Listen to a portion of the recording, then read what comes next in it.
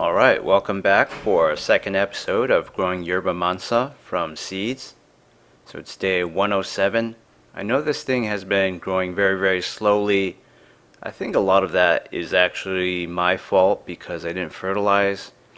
So I don't think these two plants are from any of my seeds. I don't recognize these. I once had an attempt at a longan and lychee fruit series going on. I bought some fruits from an Asian supermarket and put the seeds in soil after cleaning them, but I don't think those are fruit tree anythings.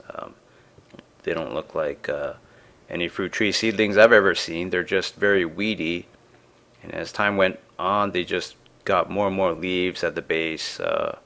Very interesting weed, though. There's a lot I haven't seen and identified out in the wild, so it could just be a local weed that I don't know of. But that's looking okay. It's day 114.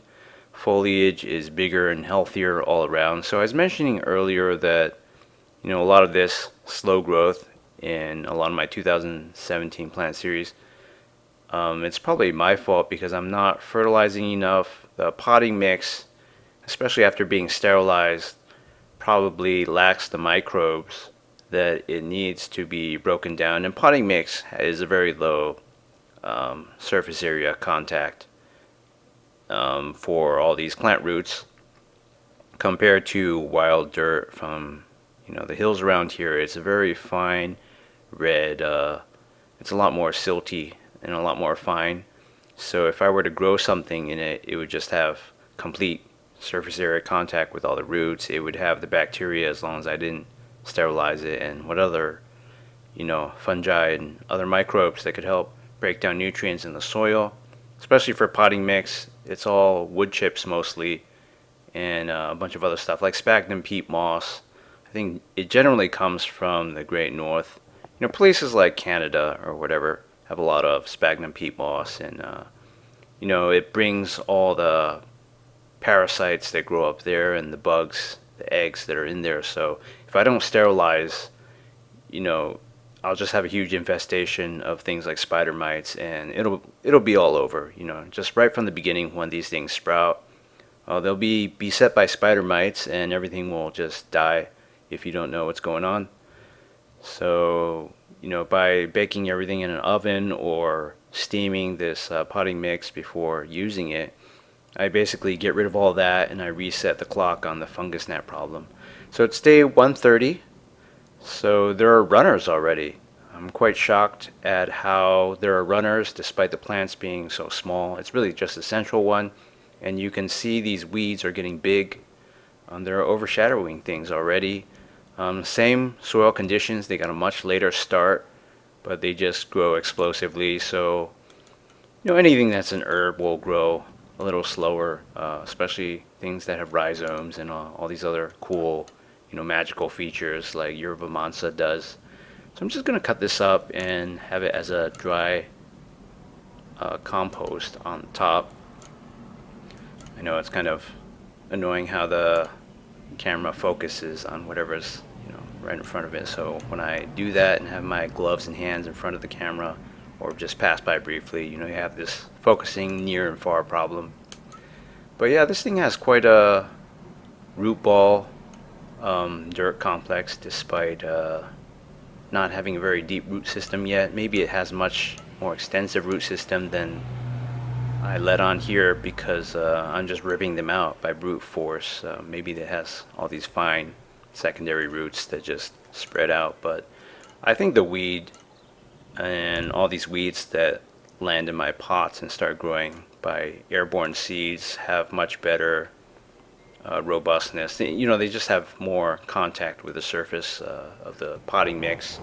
Even though Yerba Mansa is a wild plant that grows really well around here, it's not that fast of a grower compared to most annual weeds, and it requires certain conditions. And wet potting mix is nothing like the much siltier and richer soil that's around the hills in California and riparian zones.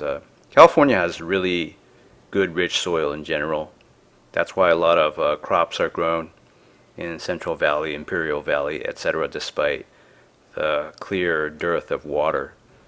So yeah, that's why we don't just grow everything in the Midwest and other places where there's more water.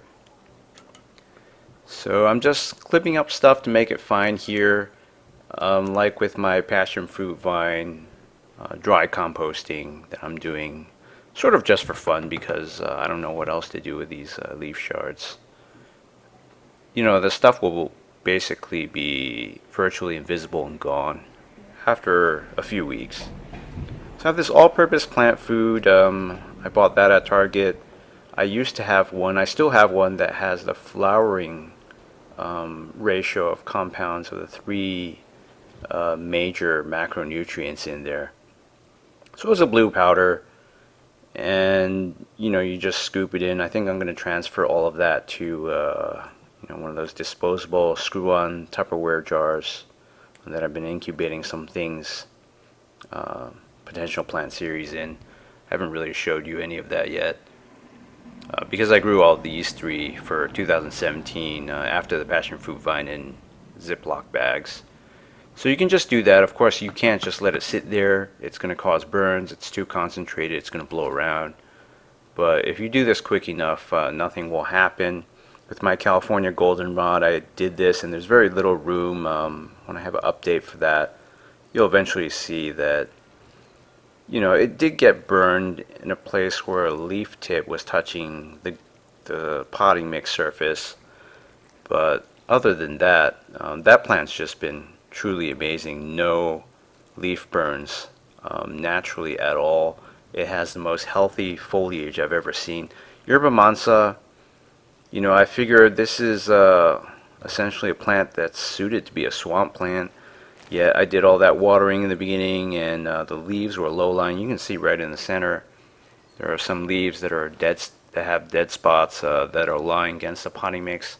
Again, I think part of this is due to under-fertilization, tying all of what I said previously together, just not having put any kind of even dilute fertilizer solution in.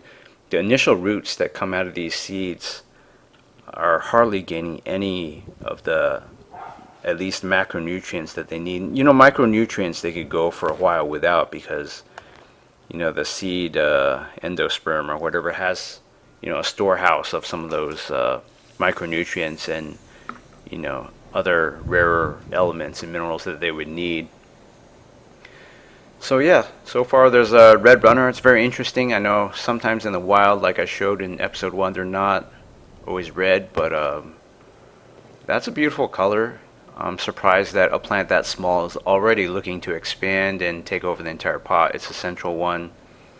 So the fertilizer I used was the one for foliage growth, and this thing is so far away from having flowers, in my opinion, that of course that's the right one to use. I think my passion fruit vine and the sweet Annie slash sweet wormwood are much closer to flowering, although for the passion fruit vine I still haven't seen evidence of that yet. So yeah, some of these leaves come out looking a little curled, just like with the passion fruit vine. At first I thought that was due to too much fertilizer, too much solutes in the soil, but then recently I've been busy with other stuff. I haven't really been updating.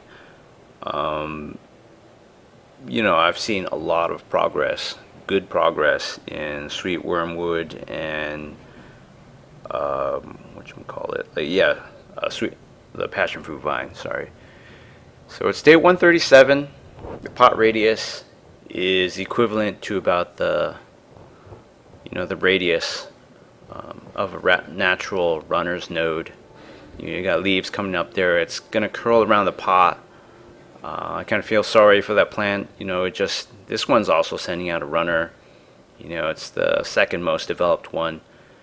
But getting back to what I was saying earlier, yeah, the leaf curl is largely gone in the new leaves for the passion fruit. And I've fertilized a lot more.